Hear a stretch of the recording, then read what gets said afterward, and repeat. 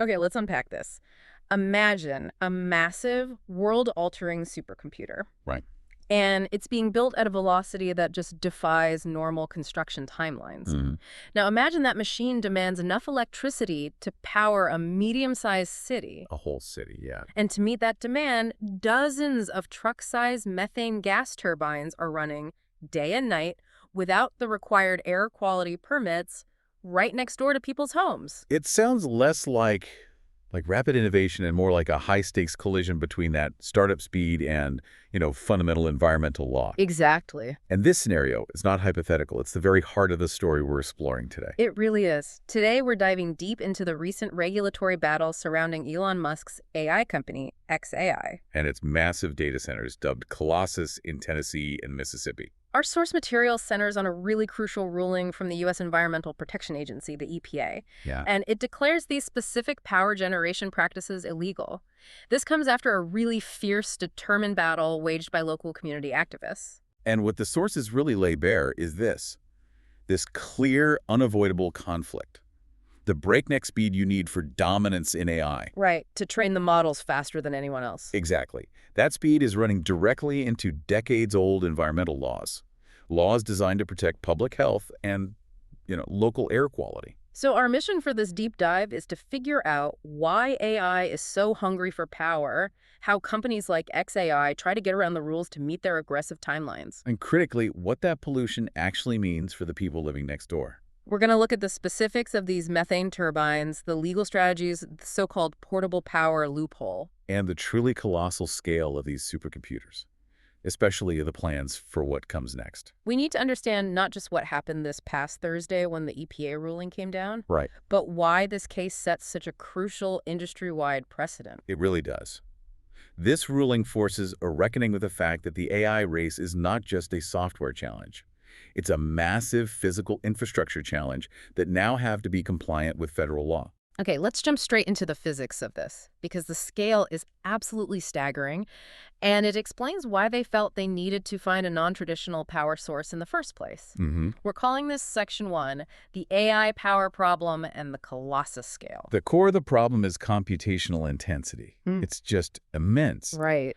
AI models, particularly large language models like xAI's chatbot Grok, they require these gargantuan amounts of computing power for training and for inference. And every single calculation uses electricity. Every single one. Every calculation generates heat and requires electricity. This is the fundamental physical limit facing every major AI player right now. So they can only move as fast as their access to power allows. Precisely. And when we talk about access, we mean guaranteed, reliable access to hundreds of megawatts, 24/7. This hunger for megawatts is, as you said, gargantuan. The source material details the capacity of the Colossus 1 data center in Tennessee, just to help us grasp the scale. Okay. At full capacity, Colossus 1 is engineered to draw 150 megawatts of electricity. So that 150 megawatt figure, that's where we really need to start contextualizing. Because megawatts can feel a bit abstract. Yeah, what does that actually mean? Well, let's try to pin it down for you. That 150 megawatts is enough energy to power roughly 100,000 average American homes for a year. 100,000 homes. For a year. We are talking about the continuous power load of a medium-sized city, think. Places like Chattanooga, Tennessee, or Dayton, Ohio. Wow. And all of that power is being dedicated entirely to training and running AI models in one single facility. And that's just the first one. That's just Colossus 1. Just the first one. The speed at which this was conceived and built is the direct line to understanding the regulatory shortcuts that followed. This is where it gets really interesting. The sources highlight this record-breaking velocity of construction. The pressure to get the facility operational quickly to start training Grok was intense. Musk set up Colossus 1 in just 122 days during the summer of 2024. 122 days. That's lightning fast. Yeah. Building a massive industrial-scale facility and integrating hardware that quickly. It's an incredible feat of engineering, of logistics. But that speed tells a bigger story about competitive pressure. The AI race. Exactly. In the AI race, if your competitor gets their model trained 6 months before you do, they gain an almost insurmountable market advantage. So you can't wait. You can't wait. If waiting 2 or 3 years for the local utility to permit, fund, and build new transmission lines and substations means you fall behind, companies will. Well, Well, in this case, they did. Aggressively look for immediate, localized power solutions. but hold on, doesn't using 35 unpermitted turbines and risking EPA intervention actually slow you down more in the long run? That's a great question. Was this really a strategic shortcut, or was it just reckless gambling, assuming they wouldn't get caught? That's the key intellectual tension here, isn't it? Yeah. They clearly calculated that the regulatory risk of getting caught, which they probably saw as a fine, maybe a negotiated settlement, Right, a cost of doing business. was outweighed by the competitive risk of stalling the launch of Grok. They needed guaranteed power, and the local utility grid simply couldn't upgrade fast enough to meet 150 megawatt demand in 122 days. It's just not possible. Not at all. When you're dealing with a demand that large local utilities need years for planning, for capital investment approval, for acquiring right-of-way for transmission lines, And getting the actual equipment. and sourcing specialized equipment like high-voltage transformers, Yeah. which often have 18 to 24-month lead times. So if the grid can't handle it, they bring the power generation on site. Yep. And this brings us right to the equipment at the center of this whole controversy. The portable turbines. The initial solution. The source material specifies that dozens of these methane gas turbines were just parked near the facility, intended to supply this critical additional power. At one point, up to 35 of these truck-sized generators were powering Colossus 1. Just imagine that visual for a moment, because this is what really galvanized the community. 35 massive truck-sized generators running continuously on methane gas. So they essentially created an unpermitted temporary power plant. That's exactly what it was, right next to the data center. This is the physical manifestation of prioritizing speed above all else. They needed 150 megawatts now, and this was the quickest, though profoundly non-compliant way to get it. Now, after all the scrutiny and the legal pressure, we should note the current status at Colossus 1. Right. The company did eventually receive permits for 15 turbines at the site. And they are currently operating 12 permitted machines there. So some level of compliance was eventually achieved for a part of it. A portion, yes. And that's a vital detail. The EPA ruling wasn't focused on the 12 machines that ultimately got permits. It was about the initial decision to run 35 unpermitted generators. And their argument for why they could do that. And their continuous legal argument that they didn't need permits for that scale of generation at all, that the local rules allowed them to bypass federal law. What's fascinating here is just how direct that link is between the extreme speed of AI development and the immediate, overwhelming strain it puts on local power infrastructure. Absolutely. That necessity drove the regulatory shortcuts, which now, ironically, form the basis of a new federal precedent. And that necessity, that drive to find a workaround, leads us perfectly into Section 2, where we dissect the legal strategy they used. It's titled, Exploiting the Local Loophole, the 364-Day Rule. This is where the core regulatory conflict really sits. XAI initially argued to local county authorities that these massive, continuously operating turbines were simply exempt. Exempt from what? From the requirements for air quality permits under a specific local rule. And the exemption wasn't based on how much pollution they produce, but purely on a technicality. A technicality about duration and placement, yes. They took advantage of a local county loophole, which allowed the operation of generators without permits, as long as the machines did not sit in one place for more than 364 days. And to understand the audacity of this move, you have to understand where that 364-day rule comes from. Right. What's it for? It's a common regulatory exemption you find in state-level plans that are developed to meet the Federal Clean Air Act. And it's designed for genuinely temporary uses. Like what?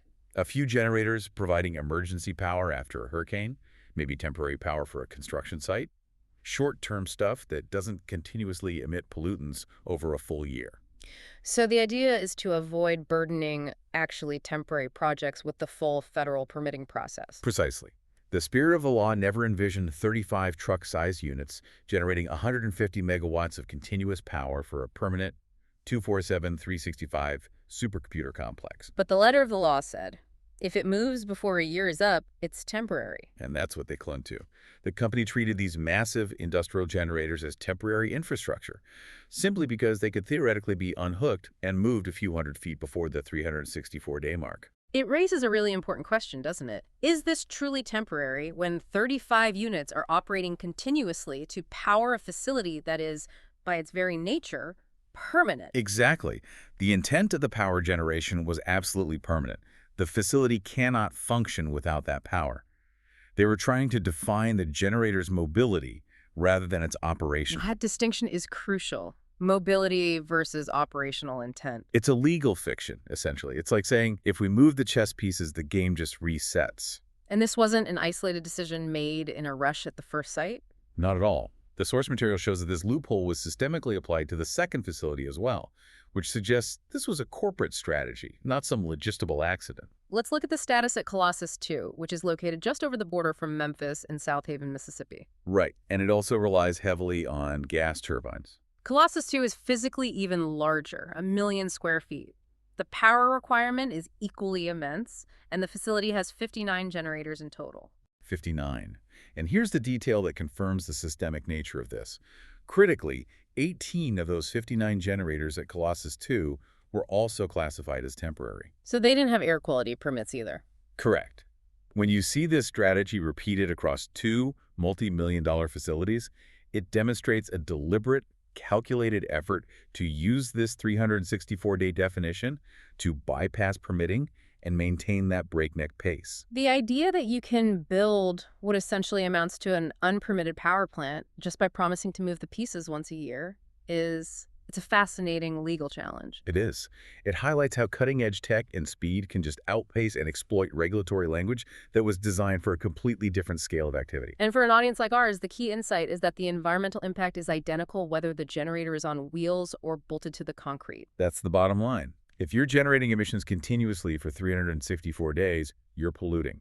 The EPA's eventual intervention had to address this specific discrepancy. Continuous high-volume pollution requires continuous oversight. Regardless of the mobility of the source, they realized this wasn't temporary construction. It was permanent operation disguised by a regulatory trick. Which makes perfect sense. The developers prioritized speed and the community prioritized health. Now we move to Section 3, the EPA hammer, the federal ruling and policy revision. This is where the federal government finally stepped in and effectively shut down this specific regulatory gambit. The official ruling came down on Thursday, January 15th, 2026. Yep.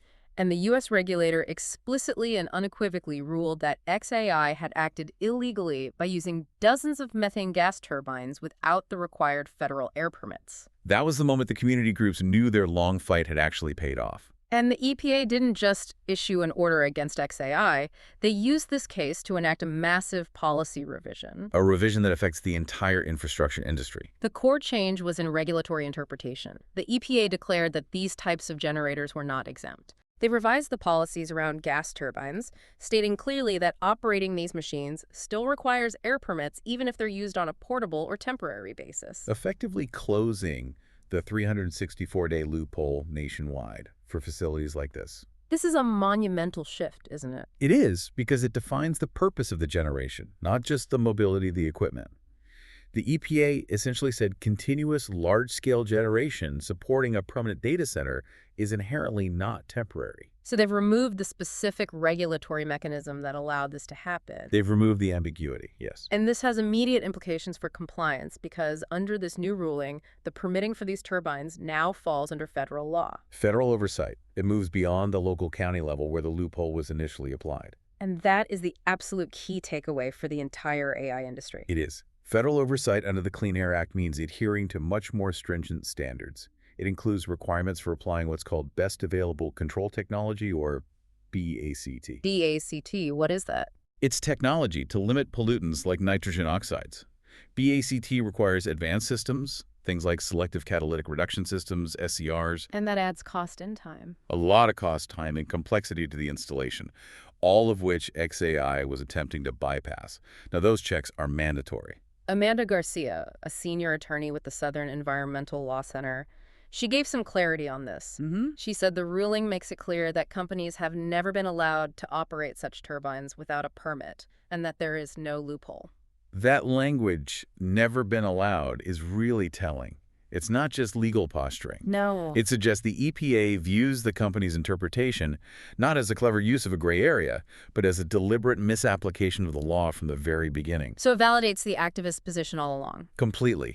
It validates their argument that the turbines violated the Federal Clean Air Act and that the local county's exemption was invalid in this context. This sets a clear path forward. but there is a crucial ambiguity about past violations. The source notes that it's unclear how or if the government will penalize companies for what already happened. The EPA spokesperson didn't respond to questions about enforcement.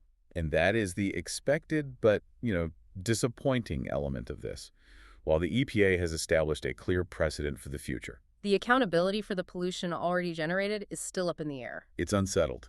The months where 35 unpermitted turbines were running, that pollution happened. The EPA can issue what are called notices of violation, which can lead to substantial fines, but the agency has discretion. So if we connect this to the bigger picture, this ruling forces all high-energy infrastructure developers, not just in AI but crypto mining, other data centers, to factor environmental compliance into their initial plans. Absolutely. It fundamentally challenges that move fast and break things mentality when the things you're breaking are federal environmental laws designed to protect public health. The time saved by using the loophole now has to be added back into the planning phase. Exactly. The regulatory risk has just become too high to gamble on these quick-fix power solutions. This regulatory hammer is significant, but to fully understand why the activists fought so hard, we need to shift our focus in Section 4 to the real-world consequences, the environmental and community justice fight.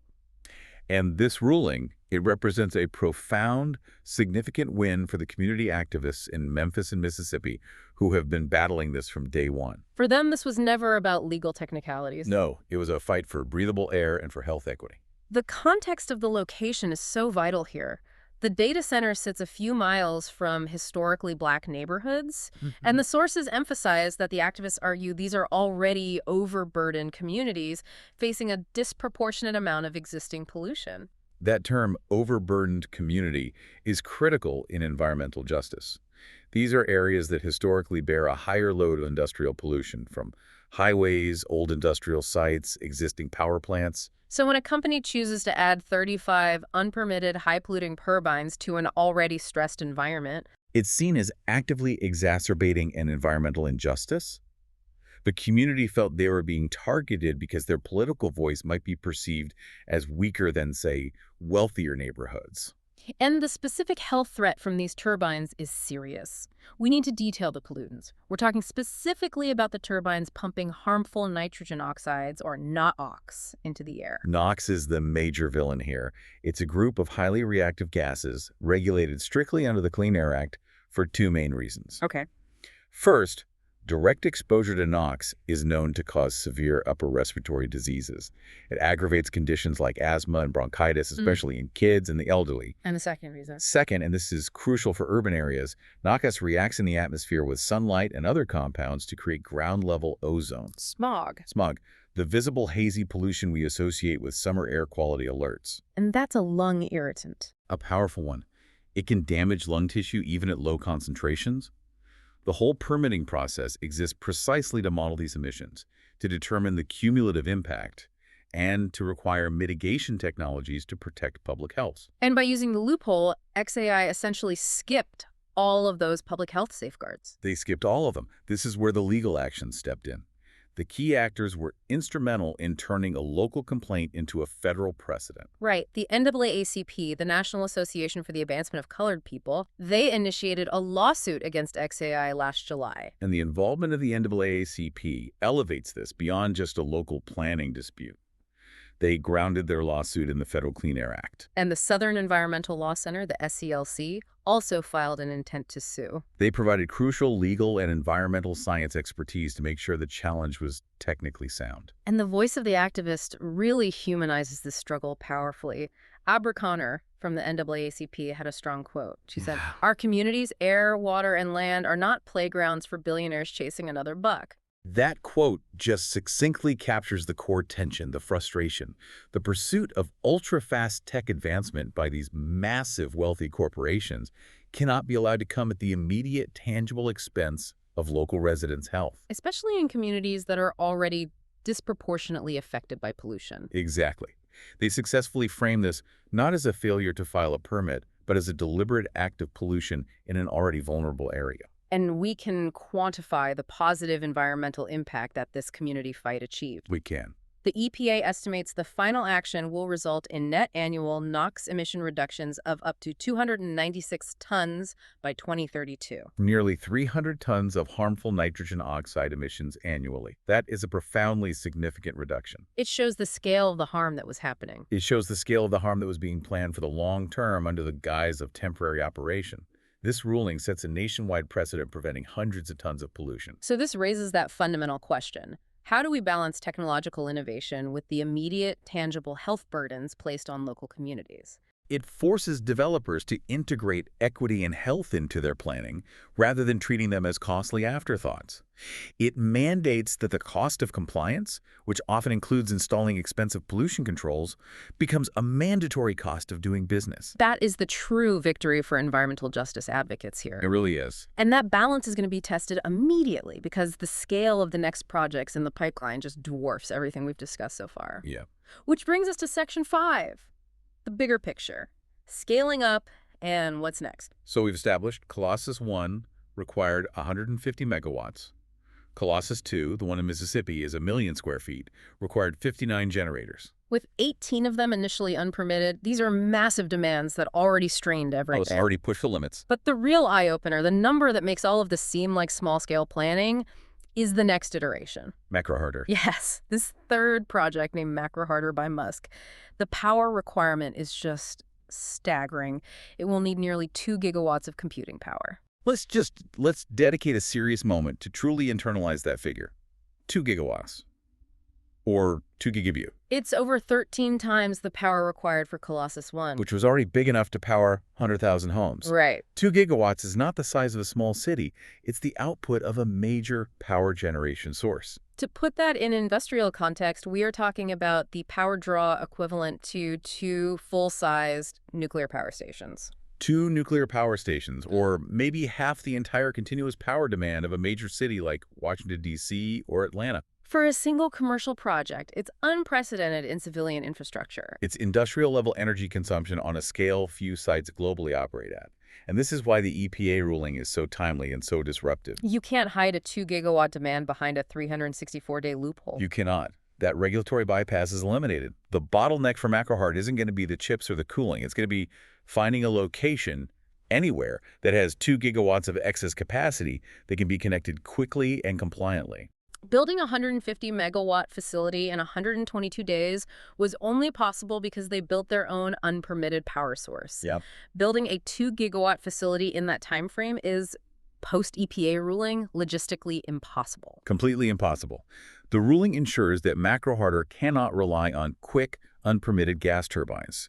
Any power solution for 2 gigawatts has to be a fully permitted, long-term, utility-grade project from day one. You're talking brand new transmission lines, new substations that cost hundreds of millions of dollars. And securing long-term generation capacity, whether that's a new solar farm, a massive battery facility, or a new gas plant.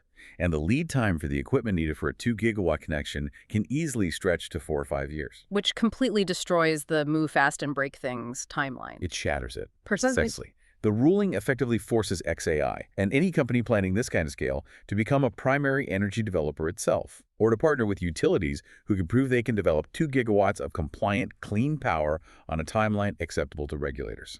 Which brings us back to the expectations from the community advocates. Amanda Garcia of the SCLC expects local health leaders to take swift action. The activists have secured the federal legal framework. Now the responsibility shifts to the local health departments and state environmental agencies in Tennessee and Mississippi to enforce it. To make sure they're in compliance. To require full environmental impact assessments and the necessary permits for all the existing generators, and to ensure any power solution for macro-harder adheres to the highest air quality standards. So what does this all mean in summation?